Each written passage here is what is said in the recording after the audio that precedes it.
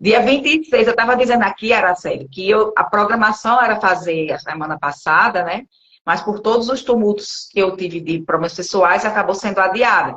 Mas por que semana passada? Porque era a Semana da Saúde Digestiva, dia 26 foi o dia 29, dia do gastroenterologista. Isso. Então, você sabe que desde sempre que eu queria conversar sobre intolerância alimentar. Porque as pessoas acham que é coisa só de criança, né? E não, E eu estava não é. falando que de perguntas no meu direct aqui estavam cheias. Então, eu acho que a gente vai começando, porque temos uma horinha aí para conversar. Eu vou apresentar para quem não conhece essas minhas amigas, parceiras já de longa data. Karina, quem me introduziu no mundo das lives, né? Karina, eu passei um tempo para aceitar, e depois que você me colocou, foi minha madrinha. Eu sou madrinha. Né? Então, Que bom Karina ver você nutricionista, aqui. né? Nutricionista clínica, trabalha muito com questão de desbiose, já me salvou muito nessa questão das minhas intolerâncias. E a Araceli, que é gastroenterologista, uma amiga assim, do coração, essa é que já me salvou mesmo, em relação a crises e passar mal. E eu acho que a gente vai chegar numa parte que vai contar, né? Como você disse, que a gente associa os sintomas a outras coisas, mas nunca pensa numa intolerância alimentar, não é? A Araceli está Então, escutando? eu podia já começar aqui. Eu acho que Vocês a estão me internet da ouvindo? Araceli... Estão me ouvindo? Consegue me ouvir? Agora sim. Agora estou. Eu estava só fazendo a introdução e a apresentação de vocês, porque a sua tela ficou um pouquinho congelada, mas deu certo. E eu estava dizendo, Araceli, que eu sempre deixo os vídeos gravados, porque nem todo mundo consegue assistir. Mas que eu gosto dessa interação e a participação na hora do momento da live. É muito bom. Então, vamos começar, que tem muito assunto para a gente falar. Então, intolerância alimentar, meninas. O que é que seria uma intolerância alimentar? Você quer que eu comece, Karina? Posso começar? Sim. Então, boa noite, pessoal. Eu sou gastroenterologista, doenças funcionais, intolerâncias alimentares é assim a minha paixão dentro da gastroenterologia. Então, é algo que eu venho estudando já há algum tempo e que é um pouco difícil a gente conseguir chegar num diagnóstico preciso, mas que com a ajuda do paciente a gente consegue identificar, principalmente com um diário alimentar. Então, principalmente, assim, definir o que vem a ser uma intolerância alimentar. Intolerância alimentar é um efeito adverso que a gente tem relacionado à ingestão de um alimento. Na verdade, são grupos de alimentos específicos. E que esses alimentos, eles essa reação a esses alimentos não é uma reação imunomediada, que a gente chama. Não tem uma reação imunológica, um processo imunológico alérgico envolvido nesse processo. Então, de onde vem? Já que não é mediado, né, via resposta alérgica, de onde vem esses sintomas? Vem da interação do sintoma com o nosso próprio organismo. Desde da fermentação dele pela própria flora bacteriana, que convive com a gente, né? Temos milhões de bactérias convivendo de forma simbiótica e trazendo, inclusive, inúmeros benefícios e malefícios também. Então, essa interação do alimento com a flora bacteriana, a fermentação com a flora, ou até com a diminuição da capacidade de digestão. Ao longo da nossa vida, a gente vai perdendo a capacidade de digerir e metabolizar alguns alimentos, por deficiência de algumas enzimas, por dificuldade da borda em escova de se reproduzir da maneira como era antes. E a deficiência de algumas dessas enzimas faz com que a gente deixe de metabolizar. Então, normalmente, quando se tem intolerância, é porque você consegue digerir até um certo momento e a partir daquela dose X você passa a não conseguir mais tolerar. Alguns são mais raros, mas algumas pessoas que são intolerantes, elas não conseguem tolerar nem uma mínima quantidade. Como saber se eu tolero ou se eu não tolero? A forma da gente descobrir isso, infelizmente, assim, é avaliando e testando, é se conhecendo, conhecendo a nossa capacidade até quando a gente pode ir. E, às vezes, para a gente conseguir adquirir esse autoconhecimento, precisa que a gente passe, assim, por alguns perrengues para que a gente tome consciência de que realmente foi o alimento que me provocou tudo aquilo. Muitas vezes, a gente quer atribuir a outras coisas, a processos infecciosos, porque realmente as intolerâncias elas podem provocar um mal-estar assim, muito significativo, incômodo de dificultar o dia a dia, né, de limitar a pessoa no seu dia a dia, no seu trabalho, gerando desconforto abdominal das mais diversas formas, desde dor até simples distensão, dificuldade de evacuar com o intestino preso, provocando constipação, diarreia, que é a forma mais comum de se apresentar. Outros sintomas que não são gastrointestinais, como enxaquecas de repetição, às vezes rubor facial, dependendo do alimento que você é intolerante. Então, as intolerâncias mais comuns são as mais difundidas, mais divulgadas, são as intolerâncias à lactose, né? Que tá aí grande parte da população. Na verdade, o normal do ser humano é parar de digerir a lactose. Nós fomos feitos, né, para digerir ela lá na primeira infância, até os 5 anos de vida. E somos programados geneticamente para parar de digerir a lactose, porque o leite é um alimento para criança e não um alimento propriamente para adulto. Embora ele tenha importância, né, é fonte de cálcio, importante para a preservação óssea. Tá aí Ângela, né, que lida bastante com pessoas com osteopenia, osteoporose por deficiência na ingestão de cálcio. Então, as intolerâncias alimentares, resumindo, são isso, são processos que o nosso organismo tem, né, efeitos adversos relacionados que o nosso organismo desenvolve, produz, baseado num alimento ou grupos de alimentos específicos, desencadeados por grupos de alimentos específicos. Ó, Ju falou uma coisa, que eu falei essa frase hoje. Nós ainda tomamos o leite, que é para um bezerro de 150 quilos. Aí você imagine um bebê tomar um leite que tem uma proteína para ser digerida por um animal de 150 quilos e um bebezinho conseguir digerir, né? Exatamente. Eu comentei isso hoje, essa história. Isso aí eu aprendi na graduação. Isso é um professor de pediatria que dizia. Falava muito da questão das intolerâncias. Você quer falar alguma coisa, Karina, sobre como é que você encontra, o diagnóstico já chega para você, se você está fazendo um programa alimentar e de repente a pessoa vem com queixas de que não come isso, que não come aquilo, e no final das contas é uma intolerância? Isso, como a Araceli falou, né?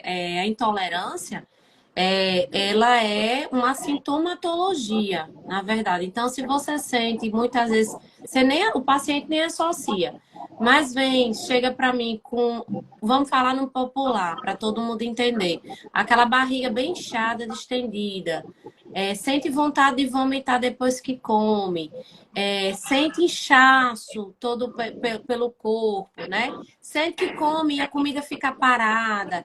Então, podem ser sintomas dessas intolerâncias e que muitas vezes, como a intolerância do jeito que a Araceli falou, está relacionada também ao desequilíbrio da nossa microbiota intestinal, como a Angela bem comentou. Eu trabalho muito essa área há mais de 9 anos.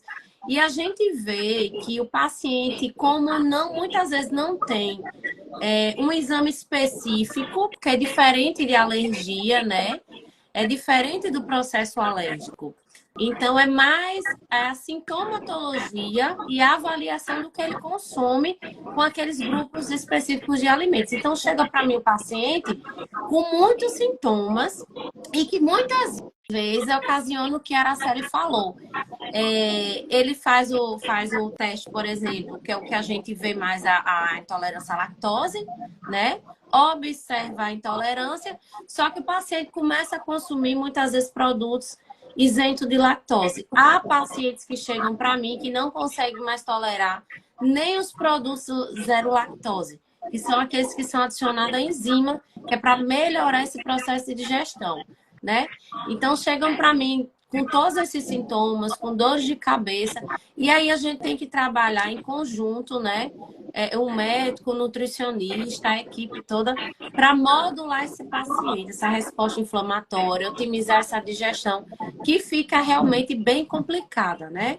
Existem outros sintomas, como a Araceli comentou, fora essa parte intestinal, então fora a distensão abdominal, diarreia ou constipação. Existe também, eu recebo pessoas com problemas respiratórios. Então, aquela coriza que sempre insiste, né? Já tem um históricozinho de asma, mas está consumindo um alimento que não digeriu bem, potencializa outra via ali também. Então, assim, são sintomas que eu não sei se vocês aí de casa estão se identificando, mas eu convido a bem prestar atenção, porque tem muita coisa que, inclusive, eu entro aqui no caso, há muitos anos atrás, eu tinha várias crises, né, de gastroenterite, e aí eu tinha muitas dores de cabeça, enxaqueca mesmo, e aí eu fui descobrindo que eu tinha intolerância, gente, alimentar. E a partir do momento que você descobre, junto com o seu médico, faz o tratamento, junto com um plano alimentar personalizado, você começa a ter vida. Então, tem melhora significativa mesmo. Araceli, eu ia aproveitar o gancho e pedir para você falar um pouquinho justamente qual é a diferença de intolerância para alergia, né? Uma dúvida bem Confundem frequente, muito. porque confunde muito. Quando a gente diz que a intolerância ela não é imunomediada, significa que meu organismo ele não reconhece aquela proteína como estranha. Então, não existe uma produção de uma célula de defesa, né, que são anticorpos produzidos por linfócitos, né? Não existem anticorpos específicos contra o alimento. Então, os sintomas da alergia, eles são diferentes das sintomas da intolerância. Normalmente, a alergia, ela tem a graduação, ela pode ser leve, moderada ou grave, mas acontece com contato mínimo com aquele alimento e sempre é uma resposta imunológica, onde eu vou ter linfócitos produtores de anticorpos contra a determinada fração da proteína que é reconhecida como estranha. Quando eu tenho a intolerância, não tem célula de defesa produzindo algo, né? Meu organismo não está reconhecendo aquela substância como estranha. Então, não existe um processo imunológico de base. Então, o alimento, ele tem um efeito que a gente chama de efeito osmótico, ele puxa mais líquido, por exemplo, levando a diarreia, a distensão. O alimento, ele é metabolizado por bactérias do nosso intestino e produzem substâncias que podem levar distensão, mal-estar. O mecanismo de entrada do alimento para a célula do intestino perde esse transportador, por exemplo. Então, o alimento que era para entrar normalmente na célula, imagine que a gente come, o alimento ele é metabolizado junto com diversos sucos gástricos e intestinais que a gente produz, falando assim de forma bem grosseira para que todo mundo entenda, e vai passando como um rio no nosso intestino. E as células da mucosa, elas vão lá captando os nutrientes, captando os alimentos, vão colocando lá para dentro das células. Então, a perda, né, desses captadores, que a gente chama, faz com que a gente deixe de absorver determinadas substâncias e elas vão saindo lá na luz intestinal. Faz com que também desenvolvam mecanismos de intolerância alimentar. Então, a diferença básica é que na alergia eu tenho uma resposta imunológica, eu não posso ter contato nenhum com aquele alimento, o contato deve ser zero, certo? Com aquela substância, enquanto na intolerância não existe uma resposta imunológica, né, de produção de anticorpos, e também eu consigo ter contato com o alimento sem ter sintoma, por exemplo. Então, eu posso tolerar até determinada quantidade daquela substância sem desenvolver nenhum sintoma e sem provocar nenhum malefício ao meu corpo. A diferença básica é essa. E assim, os sintomas, eles podem variar de pessoa a pessoa. Isso. Né? Como você já falou, tem gente que consome, faz o diagnóstico, evita os alimentos, ou então substitui pelo zero lactose, usa a lactase quando vai comer algum alimento, mas chega um certo momento que nem a lactase antes da refeição faz efeito, nem o alimento zero lactose. Isso. Então, esses são os mais A intolerância que tem que ser mais restrita, não é? Isso.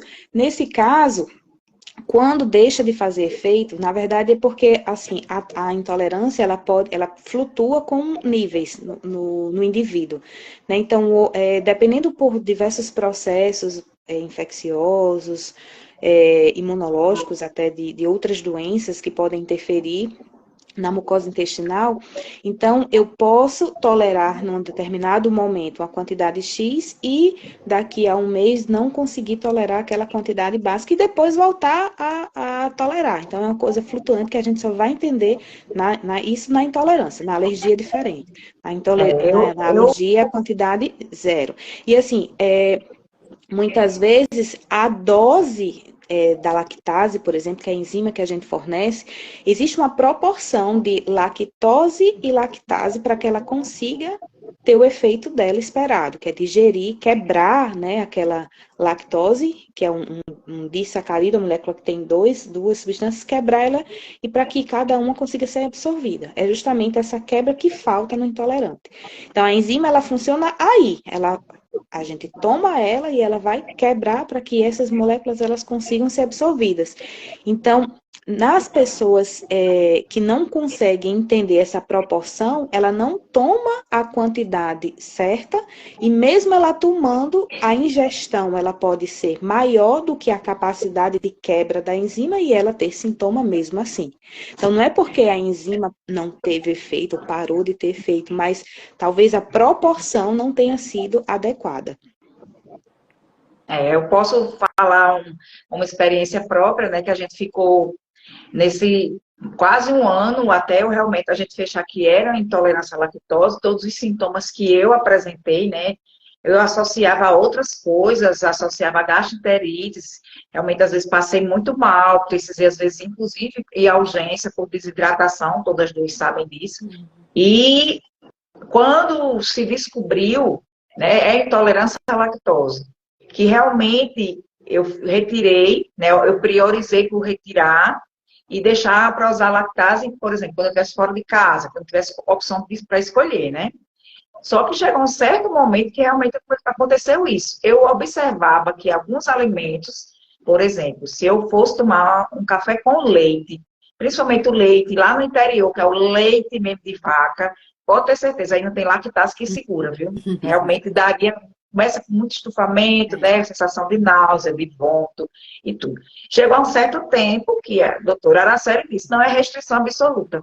Não tem mais que me gerir, porque mesmo que eu compensasse, mesmo que eu retirasse, se eu saísse um pouquinho da dieta, realmente eu passaria mal.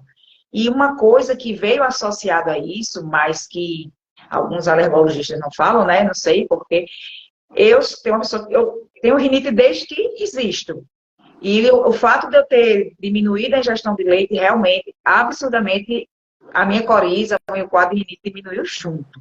Então, eu posso dizer aqui, realmente, que foi difícil, realmente, a gente fechar um diagnóstico, mas quando fechou, a gente tem que realmente medir até onde vai, escolher o que é que vai comer, porque realmente passar mal é muito difícil. Eu já passei realmente muito mal por isso, porque às vezes você pensa, não, é só uma diarreia que você vai ali, tá, não, nesse dia eu estou em casa, eu posso comer. Mas não, eu digo que não vale a pena, não. Então, assim, vocês têm vários relatos para contar, mas eu acho que esse foi muito interessante, porque às vezes eu associava outras coisas, né? Ligava para a Araceli e dizia, amiga, eu não estou aguentando, minha barriga está muito distendida. Não necessariamente era diarreia, era uma distensão. Isso. E eu fui observando, principalmente a partir da minha segunda gravidez. Na gravidez eu observava, eu tinha vontade louca de tomar leite, fora do normal, e eu fui observando. E realmente foi gradativamente aumentando. Então, quando você vai conversando com outras pessoas, a pessoa faz, será que é isso que eu estou? Será que é isso que eu tenho? Então, eu aconselho sempre a passar por uma avaliação nutricional, uma avaliação médica, porque aí fecha o diagnóstico, porque senão a pessoa vai dizer que é moda, está na moda, né? Intolerância à lactose. Mas como a Araceli já falou, no processo mesmo de envelhecimento, a gente vai perdendo a produção de lactase. Então, por isso que vai aparecendo. Aí eu já jogo a outra pergunta aí para vocês. Intolerância mesmo, seria só mais na fase adulta ou a gente já pode ter crianças com intolerância em vez de alergia? Porque o mais comum nas crianças são as alergias, não é? Isso. Quando aparece na infância, liga-se o alerta para alergia, porque as alergias normalmente elas aparecem na primeira infância, porque tem a imaturidade, principalmente abaixo de 2 anos de idade, por causa da imaturidade do trato gastrointestinal. Ele vai sofrendo ao longo do desenvolvimento um processo de maturação e a criança vai fechando, né, a que a gente chama de a barreira celular, e ela vai adquirindo a capacidade de digerir e não reagir imunologicamente a alguns alimentos. Sempre tem que afastar a alergia na infância, porque daí vem os testes IgE específicos, né, que são bem usados para isso, diferentes dos testes de IgG que estão na moda, mas que não têm utilidade. Então vem o acompanhamento conjunto com a nutricionista, com o alergologista, com o gastropediatra, que consegue identificar, mas na infância as alergias elas são bem comuns, embora a intolerância ela também esteja presente. Mas é mais comum na primeira infância o desenvolvimento de alergias, mas também existem intolerâncias. Na verdade, pela gravidade do quadro, precisa se afastar inicialmente um quadro alérgico. E no adulto já é menos frequente ter processo alérgico. A criança ela pode desenvolver uma alergia, mas que não necessariamente ela vai permanecer ao longo da vida dela com aquela alergia alimentar. Ela pode ir adquirindo tolerabilidade, e isso a gente só sabe com acompanhamento de perto, conjunto e com testes provocativos, que a gente chama, que é a introdução de mínimas quantidades e observar se a criança reage ou não. Como tem muito sintoma gastrointestinal que não é sintoma alérgico típico, como edema de mucosa, edema de face, edema de glote, periorbital, manchas na criança, ela tem muito sintoma gastrointestinal, como, por exemplo, vômito de repetição e dor abdominal, só como sintoma de alergia. Então, é difícil, às vezes, para o pediatra conseguir identificar, porque tem que ter um diário alimentar muito bem elaborado para ter a correlação do sintoma, do tempo de aparecimento do sintoma. Mas a tendência é que, uma vez desenvolvida na infância, as alergias alimentares, que ele consiga, ao longo do tempo, em geral, depois dos 5, 7 anos, adquirir a tolerabilidade para aquele alimento e não tenha mais alergia. Algumas poucas vão permanecer até a idade adulta. No adulto, apenas 3% que vai ter alergia alimentar. E, normalmente, a alergia ela já está presente desde a infância. Poucos casos são aqueles que a alergia ela se manifesta alimentar, né, na idade adulta. Em relação a essas proteínas mais típicas, mas, por exemplo, a alergia a camarão já tem mais desenvolvimento a partir no adulto. Sempre comi, nunca tive nada e passei a ter. Será que é? Pode ser alergia. Normalmente tem uma história familiar de base, alergias a alguns peixes também, principalmente aqueles derivados do mar, é bem comum, que se confunde também com intolerância à histamina, que é um outro tipo de intolerância que é pouco conhecida, mas que tem sintomas parecidos com a alergia comum, como rubor facial, inchaço nos olhos, vermelhidão ao redor da boca, taquicardia, sudorese, né? Desconforto abdominal, pode ter também enxaqueca de repetição. Então, são sintomas que a intolerância à histamina também apresenta, e por ter sintomas cutâneos e respiratórios, como, por exemplo, rinorreia, né? Saindo secreção no nariz, se confunde com alergia a determinados alimentos, e, na verdade, às vezes nem é alergia, é intolerância à histamina. E, então, tem que se esmiuçar muito da história clínica esses tipos de sintomas, né? E de correlação com a ingestão alimentar. Karina, aí eu pergunto, né? Os impactos dessas intolerâncias, impactos nutricionais. Porque as pessoas vão dizer, não posso comer nada. Não é bem assim, não, porque eu já tenho por experiência. Né? Mas as pessoas escutam aqui, estou com intolerância à lactose, que é o que a gente está falando mais aqui, mas tem as outras, né? Sim. Não posso comer nada, porque tudo é derivado do leite. Aí eu pergunto assim, como é que a gente garante a dieta, né? Uma dieta equilibrada, mesmo nessas pessoas com restrição?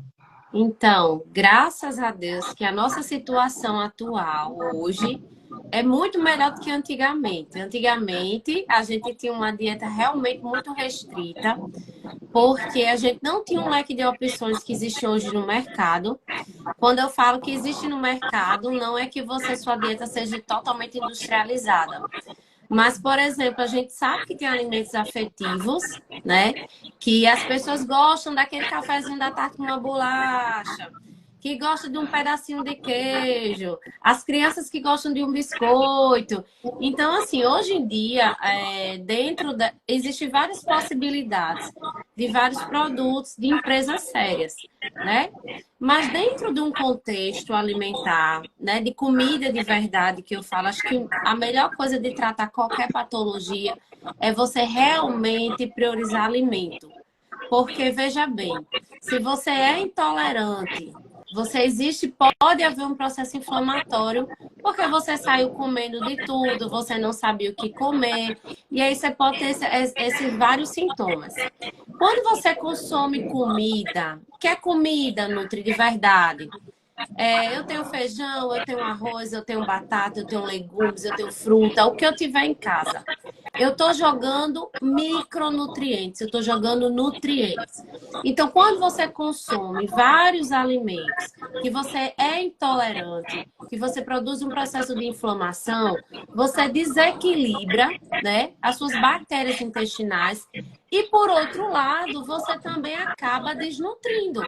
Porque se você não absorve bem, você não consegue absorver bem os micronutrientes, né? Então, como a doutora Araceli falou, o nosso intestino, existem células que quando a gente mastiga a comida, a gente começa a fazer o processo de digestão na boca, tá? Então, quando você vai se alimentar, que você tem uma intolerância que você não sabe, que você está consumindo de tudo e está com toda aquela cascata que a gente falou agora de sintomas, as células do seu intestino, ao invés de estarem juntinhas, vocês vão olhar agora para a mão de vocês, do jeito que eu estou fazendo aqui, tá certo? Olhe para a mão de vocês aqui.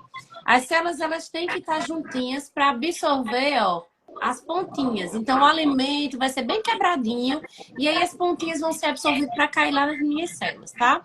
Quando você tem um processo de alteração, que a gente chama de permeabilidade intestinal, a gente tem aberturas, né, entre essas células.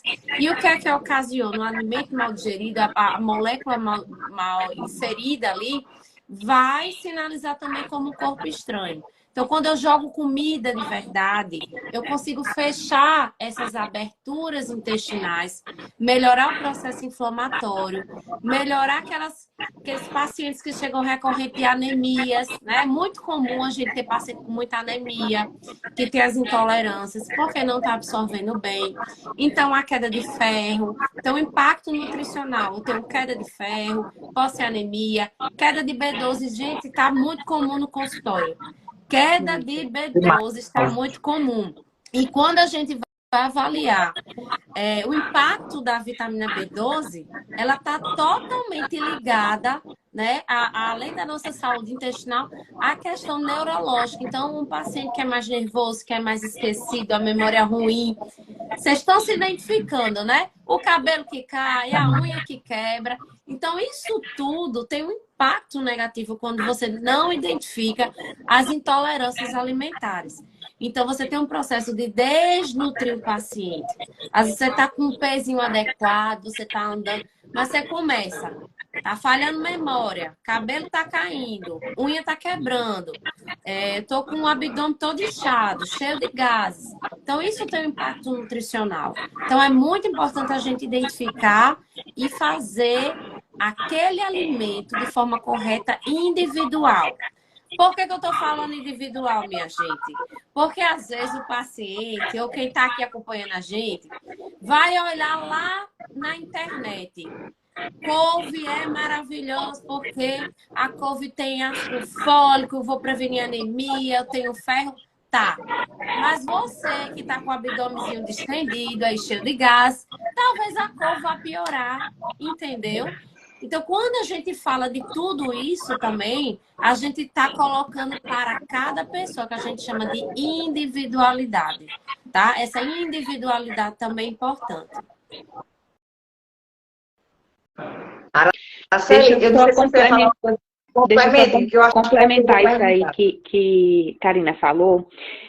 A gente pega muito, como as intolerâncias elas geram muito desconforto, acaba que o paciente ele não consegue, muitas vezes, identificar qual é o grupo de alimento a que ele é intolerante, ele vai fazendo restrições, restrições, Isso. restrições, restrições, e chega com a dieta altamente restritiva, de comer arroz branco, frango grelhado e só. E perde justamente os micronutrientes que Karina Isso. acabou de falar. Então, a perda da absorção desses micronutrientes faz com que, na verdade, cause uma desbiose gigantesca Gigantesca. e ele Isso. acaba piorando o quadro clínico dele, porque não conseguiu entender, né, que Recuperar. não é uma dieta altamente restritiva que vai fazer com que ele melhore, e sim uma dieta adequada ao problema que ele tenha, que é diferente de restrição, né? Ele pode restringir determinado grupo sem precisar fazer uma restrição de todos os grupos que ele acha que precisa. Isso. Então, é muito E, importante o acompanhamento multi, né? O acompanhamento junto com uma nutricionista que seja, que entenda o processo, que entenda, né, da patologia e que consiga fazer justamente esse equilíbrio, né? Para que não haja uma potencialização do sintoma por uma restrição exacerbada e uma desbiose intensa. e muitas É, vezes, pegando só o gancho aqui também de Araceli, os pacientes acham que tratar as intolerâncias ou o quadro de desbiose que vem em conjunto é suplementar só com probiótico. E a gente precisa fazer um alerta.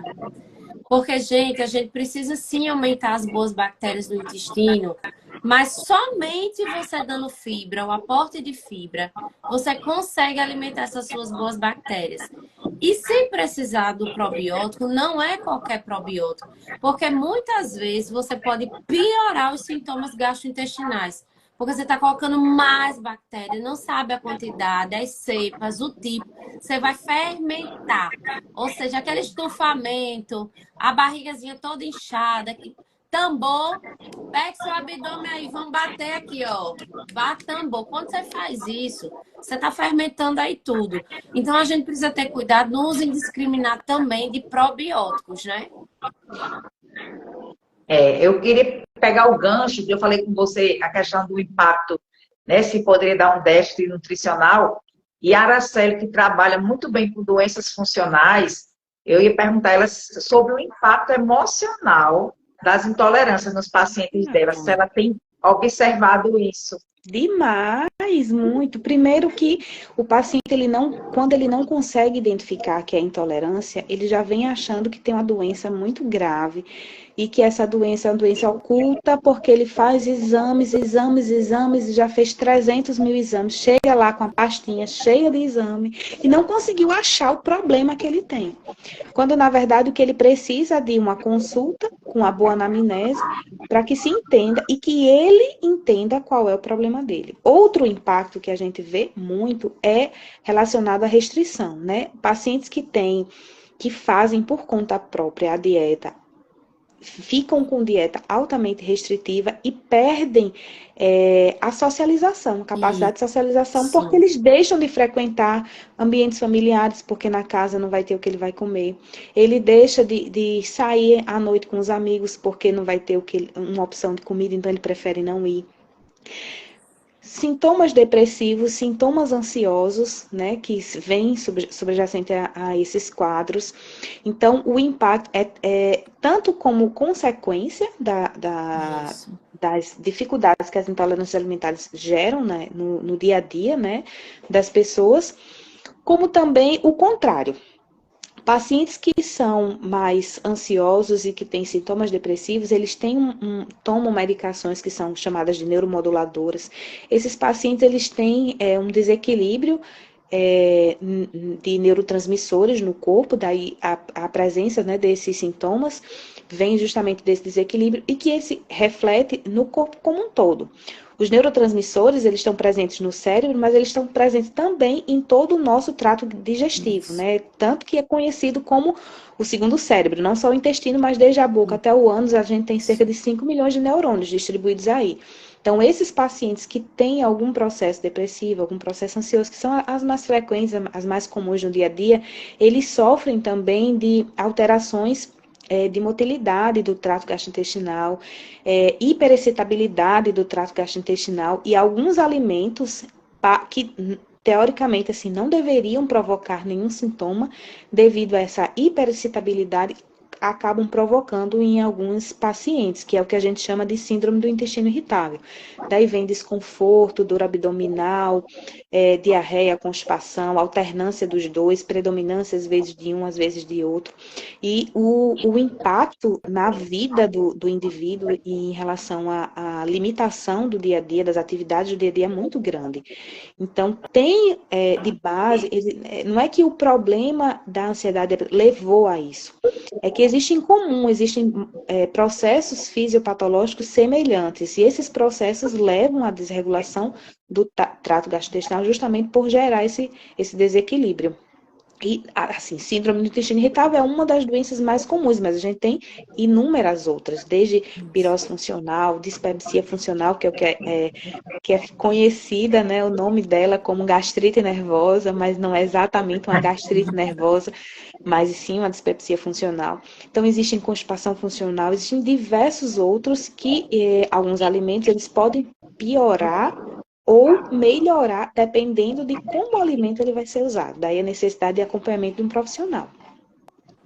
Aí para você ver, porque, portanto, que eu estava vendo as perguntas que eu tinha anotado aqui, algumas já foram respondidas, que, por exemplo, se eu já tenho intolerância, basta retirar o alimento? Não, a gente sabe que não é só retirar o alimento, não é só tomar probiótico por conta própria, né? Você tem que passar pela avaliação médica e fazer um plano nutricional individual. Por exemplo, a quantidade de lactase que eu talvez precise usar seja diferente da sua, da de Karina, entendeu? Da de outro colega. Hoje, no trabalho, uma colega veio me oferecer um doce de leite. Eu disse, né, não, hoje não está num dia bom, porque eu tinha tomado um pingado de manhã com a lactase e já tinha ficado em alerta. Aí eu disse, não vou gastar minha oportunidade com uma colherzinha de doce de leite, não. Ela até eu também tenho intolerância, eu trouxe para a gente dividir aqui, sério, mas hoje não vai ser o dia de provar esse doce de leite. Então, assim, a gente tem que aprender a fazer as escolhas, né? Eu digo por experiência própria, que eu já aprendi muito com vocês. A Araceli tem um modelo de diário da alimentação que ela faz, e a gente realmente foi aí que a gente descobriu que era realmente intolerância à lactose, todas as diversas crises que eu fui tendo, que eram como se fosse gastroenterite, deu, inclusive, numa das vezes, alteração de leucócitos, a dor abdominal foi tão intensa que eu precisei fazer exame de imagem, no fim das contas, a culpa foi da alimentação mesmo, né? Não foi uma intoxicação alimentar, foi realmente uma intolerância alimentar exacerbada, nesse caso, né? Então, se eu tenho intolerância, não basta só tirar, porque a gente tem que saber equilibrar o que vai ingerir para não ficar desnutrido. E também, como vocês falaram, tem vários tipos de probióticos, com várias cepas diferentes, com quantidades, né, de cepas diferentes. Então, não adianta eu ir pelo da moda, pelo do Instagram, pelo da minha amiga. Não, você tem que passar por uma avaliação médica e realmente, com todos os critérios, ver o que seja melhor para você. Então, a gente já pode entrar e falar um pouquinho, que vocês também já falaram, a questão das estratégias, né, para manejo e as soluções que a gente pode orientar a essas pessoas que estão com suspeita, ou então ainda não sabem, ou então as que já sabem que são intolerantes. Quer falar, Karina? Tá. Então, vamos lá, gente. Primeiro, eu queria só ouvir vocês, se vocês estão entendendo o que a gente está falando, se o som tá bom, se vocês têm alguma pergunta, antes de eu só falar os tópicos aqui para ajudar vocês. Se vocês estão se identificando com os sinais, com os sintomas, né? Porque isso está muito comum. Isso é uma coisa corriqueira do dia da gente. De adulto, de criança, de idoso. A gente pega o idoso até porque a gente sabe do processo de envelhecimento, de digestão mais lenta no idoso, né? Então, isso também é comum. Estão ouvindo? Coloca aqui embaixo, só para a gente ouvir um pouquinho vocês aí. Tá tudo bem? Participem, viu? Que a gente gosta do moído para responder tudo.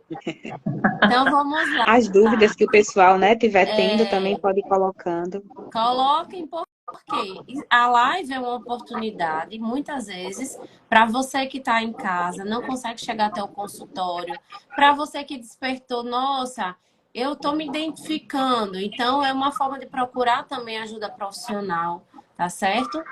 Então, o que é que a gente pode fazer? Quais são os manejos nutricionais?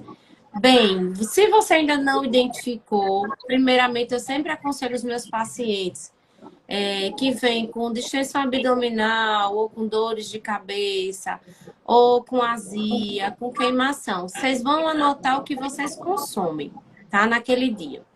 E é importante a gente anotar, por exemplo, Karina, eu tomei o café da manhã, um exemplo, eu tomei o café, comi um pão, passei manteiga no pão, tem que detalhar. Comi o ovo mexido. Enfim, você vai detalhando, né? Foi mexido com manteiga, foi com azeite, Isso, foi na água. Foi com azeite, eu botei tempero, não botei tempero. E aí você vai fazendo todo o recordatório. Existem alguns grupos de alimentos que a gente também percebe que existe a possibilidade de ter mais intolerâncias, mais alergias também, que é o caso das oleaginosas. Então, castanha, amendoim, também tem um grupo bem específico que pode ocasionar também a distinção abdominal, né? Tem a questão do glúten, tem a lactose, tem o leite. Então, são alimentos, digamos assim, chaves para vocês observarem no dia a dia de vocês, tá? Uma outra coisa importante é identificar que se eu tenho muito gases, se eu fico arrotando o tempo todo, se a comida está parada no estômago, a gente fazer uso de alimentos que são ricos em enzimas digestivas, que acabam ajudando nesse processo. Como, por exemplo, o abacaxi. E aí a Nutri vai dizer para vocês que comam o miolo, o talinho do abacaxi, porque o abacaxi é rico em bromelina, que é uma enzima que ajuda a digerir mais, principalmente a carne. Tem gente que come carne e fica lá com a carne parada no estômago, pesando. Então, observar, tá? O mamão também é outro alimento-chave que você vai utilizar para consumir. Deixa eu dar um oi aqui para ver se esse menino deixa eu terminar. Peraí, Karina. Oi, Arthur! Oi, Arthur! Tchau. Senão vai ficar aparecendo o tempo todo aqui. E aí, vamos colocar lá as duas frutas, tá? Que a gente precisa para digerir no dia a dia.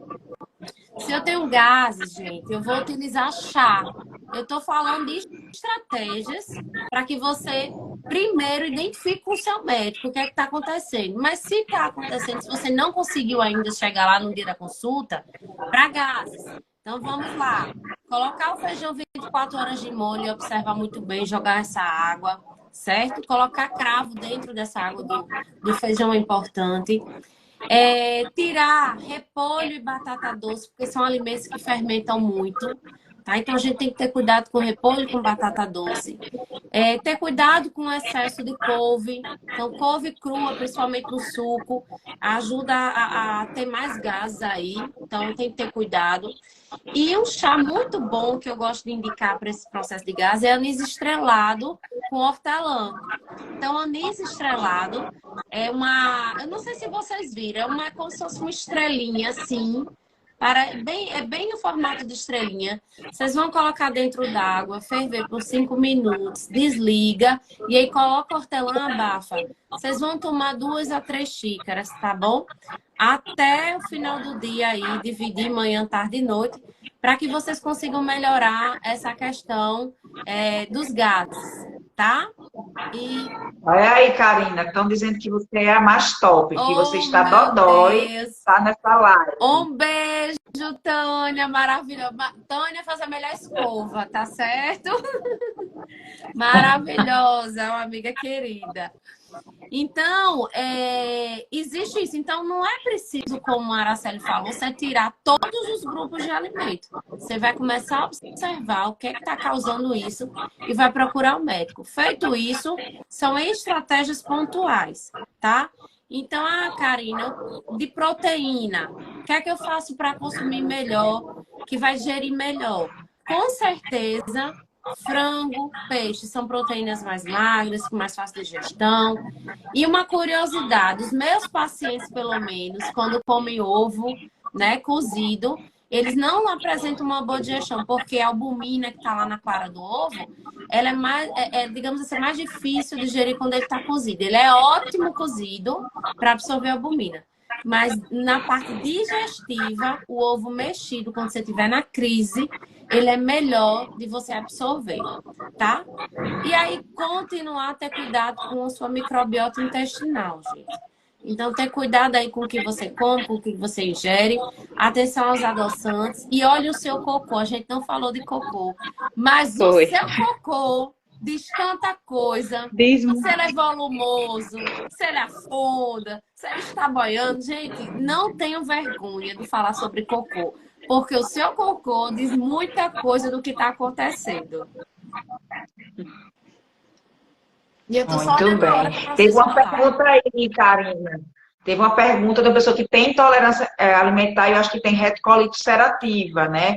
Tem muitas dúvidas sobre o que pode comer. Antes de você dizer, eu já vou dizer. Precisa de uma avaliação, né? Individualizada. A gente está aqui fazendo orientações, mas para justamente a pessoa... Eu, por exemplo, quando falo de pilar da alimentação saudável, né? Pilar do estilo de vida saudável, falo muito sobre a questão da alimentação. Eu vou falar dos grupos alimentares, mas a prescrição da dieta é da nutricionista, né? A nutricionista é melhor do que ninguém para fazer a prescrição da dieta. Então, de repente, é que eu não vi, eu consegui ver quem foi que perguntou, de repente está faltando uma nutri para ela chamar de minha, né? Uma nutri para tomar conta dessa dieta dela, porque a própria retocolite ulcerativa, a Araceli pode dizer também, realmente vai dificultar a absorção, também vai dar muita queixa de dor, né? Ser uma doença inflamatória. A retocolite é uma doença que inflama o cólon, né? Dependendo do grau, o colo inteiro ou uma parte dele, pode até pegar ali ainda o finalzinho do intestino delgado, que a gente chama dele terminal. Não tem nenhuma restrição alimentar específica da retocolite, mas como é uma doença que provoca já sintomas abdominais já muito intensos, a gente pede que nos momentos de crise reduzam os alimentos que são potencialmente fermentáveis, que não são relacionados especificamente a uma intolerância específica, mas que naturalmente são alimentos cujo produto da digestão é produtora de gases, como por exemplo feijão, como por exemplo o próprio leite, como por exemplo alguns vegetais, como brócolis, repolho, aquele couve de Bruxelas. Então, são alimentos cuja digestão é produtora de gás naturalmente, independente da pessoa ter ou não intolerância. Então, uma estratégia que eu peço também para os pacientes que são intolerantes é não associar grupos numa mesma refeição de alimentos que sejam já fermentáveis. Isso. Então, se você já tem um potencial, né, de fermentação maior por má digestão de uma substância específica, uma intolerância específica, e você associa na sua refeição grupos de alimentos que já são fermentadores, então você vai potencializar o desconforto. Então, uma das estratégias que eu uso é essa também, mas sempre orientada por uma nutricionista, porque como a Ângela falou, a gente cita os grupos de alimentos, mas a gente não prescreve dieta. A prescrição de dieta é da nutricionista, né, que fez uma faculdade inteira e 6 anos, especializações só para isso. Só para isso. É interessante a gente falar... E individualizada, né, que não é uma receita de bolo para todo mundo, né? Não, e assim, o que a gente vê, para que todo mundo em casa possa entender na prática, existe uma dieta que, digamos assim, casa muito bem com essa situação, que são as dietas low food maps, que são aqueles carboidratos fermentativos que a gente tem que baixar mais o consumo, como ela falou. Então, mas para isso precisa de uma avaliação específica, porque a gente está tratando não só a doença inflamatória, mas os sintomas, o que ela está trazendo que causa desconforto. Karina está bombando aí. É interessante falar sobre a dieta baixa em FoodMaps, porque de uma época, agora está menos, mas já foi uma moda muito intensa. E assim, se a gente for listar, são muitos alimentos, são alimentos que são ricos em micronutrientes. Então, a gente também não pode fazer uma restrição absoluta, nem por tempo prolongado dos food maps, porque eles funcionam no intestino da gente como prebióticos, né? Que são prebióticos, são substâncias que são usadas pelas bactérias, boas bactérias, para aumentarem seu potencial de vida e multiplicação. Eles ajudam, né, a nutrição dessas bactérias boas. Isso. Então, os pacientes que chegam, né, já estou com a dieta, né, pobre em food maps e faz da cabeça dele, não orientada por uma nutricionista, muitas vezes ele chega com a restrição muito intensa e ele deixa de adquirir, de absorver esses micronutrientes que são extremamente necessários para o próprio processo de desenvolvimento do intestino dele e da microbiota. Isso é importante, Araceli, porque eu já peguei pacientes que vieram da dieta Low Food Map, mas assim, a gente fez um trabalho de trabalhar essa microbiota intestinal que eles começaram a passar a tolerar. Então, não significa dizer que você realmente vai restringir tudo e precisa ser aquela dieta realmente, como ela está falando, específica, porque só em você trabalhar o processo de inflamação, melhorar a questão das enzimas digestivas, você já começa a tolerar melhor os alimentos que você não tolerar. Tem paciente meu aqui que já está dizendo que mas porque a gente já fez esse trabalho e sentiu realmente no corpo. Então, é importante a avaliação individual. E o autoconhecimento, você se conhecer e saber o que você pode, o que você não pode e até onde você pode, né? E muito importante isso. E eu vou aproveitar a pergunta de Lucineide aí, que pergunta que pode comer com o intestino preso. Eu já vou dizer ela que as pessoas se habituam a serem constipadas e nunca investigar isso, e nunca tratar isso, né? E entender que é normal estar com o intestino preso. Não é. Então, de repente, tem que saber por quê. Se é só por queixas de ingesta de água, de alimentos adequados, ou se tem alguma coisa aí que justifique essa constipação, né? É isso. Nessa questão aí do intestino preso, Lucineide, a gente precisa aumentar a oferta tanto de água quanto de fibra. Então, se você já come 2, 3 porções de frutas, você come salada, você coloca semente, você faz atividade física, que é importante para todo o tratamento, a atividade física é primordial. Então, se você faz tudo isso, e se não funcionou, realmente você tem que procurar a avaliação de um médico, porque a causa da constipação pode ser várias. Então, não é só uma causa, existem vários porquês do seu intestino estar preso, tá? Karina, inclusive, mudança de hábito intestinal, o meu intestino era assim e passou a ser assim. É um sinal de alerta que a gente utiliza, liga a luzinha, alguma coisa a gente precisa avaliar de uma maneira mais cuidadosa, porque alguma coisa pode ter aí. E é porque as pessoas acham que só diarreia que tem que investigar, né? Não, eu tô com diarreia, uma diarreia que não melhora, que vai e volta, mas, como eu tô dizendo, as pessoas tendem a achar que o normal... é tudo, que a constipação é normal. Existe só rapidinho aqui para a gente falar sobre a questão das fezes, que eu acho super importante. Existe uma escala que a gente utiliza, os profissionais de área da saúde, né? Que é a escala de Bristol, que ela é validada. O que é o aspecto das suas fezes, o ideal. O ideal é bananinha. Então, sua fezes tem que sair uma bananinha. Quando as fezes estão mais juntinhas, formando grumos, bolinhas e de cabrinha, aquele cocô de cabrinha que a gente chama, né? Então, significa dizer que já existe uma constipação. E muitas vezes o paciente não identifica, acha que aquilo é normal. Então, as fezes com presença de sangue, secreção, com esforço. Então, tudo isso tem que ser investigado. Porque pode também estar associado a uma intolerância alimentar. Muito bem. Eu falei para vocês que 1 hora ia ser muito pouco. Tô vendo.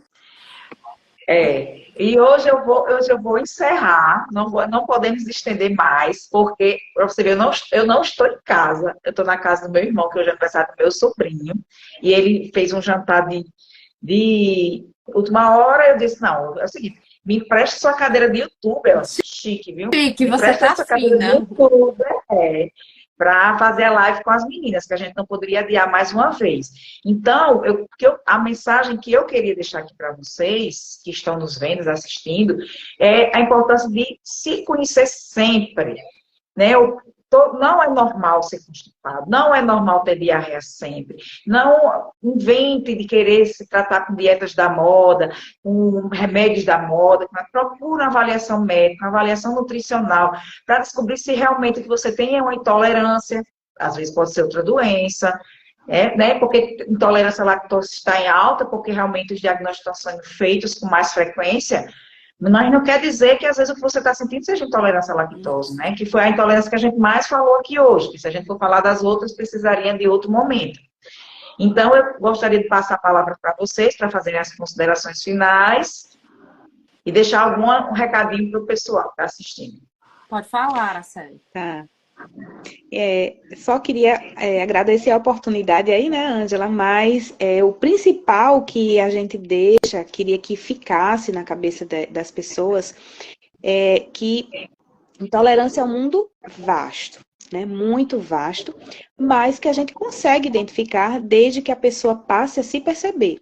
Se perceber no sentido da sua rotina, do que se alimenta, quais são os grupos de alimentos que ela está escolhendo. Os sintomas, elas não necessariamente vão vir imediatamente após a refeição, podem aparecer em até 24 horas, podem durar até 5 dias. Então, são sintomas do trato gastrointestinal como um todo, mas que também podem estar presentes em outros sistemas, como sintomas respiratórios, dores de cabeça de repetição, né? Irregularidades cólicas menstruais também podem estar relacionados. E a gente tem como identificar a intolerância, tem como tratar a intolerância não vista, não é tratada apenas com restrição, né? Existem outras estratégias. Intolerância não é igual a alergia. Uma coisa que faltou, que precisa de um dia só para isso. Por exemplo, sensibilidade ao glúten e doença celíaca, que é um tipo de alergia ao glúten. São coisas distintas. São coisas totalmente distintas e que também têm sintomas do corpo todo, não só do trato gastrointestinal. E que, por meio do autoconhecimento e do conhecimento da sua rotina e de o que você pode, o que você não pode, até onde você pode ir, você consegue ter um autogerenciamento e um bom controle dos sintomas, do desconforto e recobrar, né, a sua qualidade de vida que um dia você já teve. E que não se desespere, que existem estratégias para que você não passe fome, não passe necessidade, não coma só coisas ruins. Existem hoje uma gama de produtos, de casas, de restaurantes que atendem às necessidades dos alérgicos e dos intolerantes e que você busque essas estratégias para que você tenha, né, um equilíbrio na sua saúde como um todo e que não morra pela boca, né? Como muita gente gosta de falar, o ditado popular, morri pela boca. Que você não morra pela boca. Suas palavras, Karina. Eu vou responder logo a Jovânia, que está dizendo que tem dificuldades de digerir alimentos, muitas gases, né? O estômago estufado, que pode ser. Vai procurar uma avaliação médica e nutricional para a gente fazer, as colegas fazerem todo um diário alimentar para realmente descobrir o que realmente você tem. Isso mesmo. Pode falar. Eu queria já agradecer, né, a oportunidade, mais uma vez. Estava com saudade de estar aqui na live, de estar com vocês, né, de um assunto tão importante. Falar para quem está em casa que o nosso corpo, ele fala, né, ele dá sinais e sintomas. Então, não deixe de procurar a ajuda de um profissional por qualquer coisa que você sinta. Não acho normal. Eu sou intolerante à lactose. Tenho sensibilidade alimentar com outros alimentos. Desde criança eu sofria, mas minha mãe achava que eram outras oportunidades de doença, enfim, me viraram de cabeça para baixo. Mas, graças a Deus, hoje é uma coisa que a gente estuda muito e já vem se atualizando. Então, não deixe de ter qualidade de vida, como a Araceli falou, porque é possível, sim, a gente ter saúde, ter disposição, ter qualidade de vida, viver bem e viver de forma plena, né? Então, gostaria de agradecer a presença de todas vocês aqui que está com a gente, agradecer as meninas, um beijo grande, esperamos a próxima.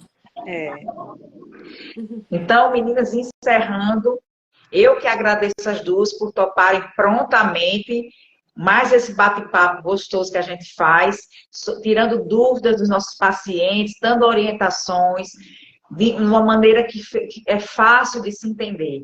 Quem não perguntou ou ficou com vergonha, eu tenho certeza que se mandar um direct para mim, ou para a Araceli, ou para a Karina, nós responderemos prontamente para tirar dúvida e dar a devida orientação que seja necessária. Sim. Então, obrigada às duas, de coração, por esse momento maravilhoso. Eu disse a vocês que ia ter que ficar com gostinho de quero mais de novo. Um beijo, Ana Patrícia, que saudade. E que venham as próximas, tá bom? Uma boa noite, um bom feriado a todos. E eu acho que fica a frase de Araceli, que não morremos pela boca. Sim. Cuidado com o feriado aí, Cuidado né? Com o feriado. Cuidado com o feriado, Deus me livre. Pois boa noite. Boa Beijo, noite. meninas. Tchau, meninas. Tchau.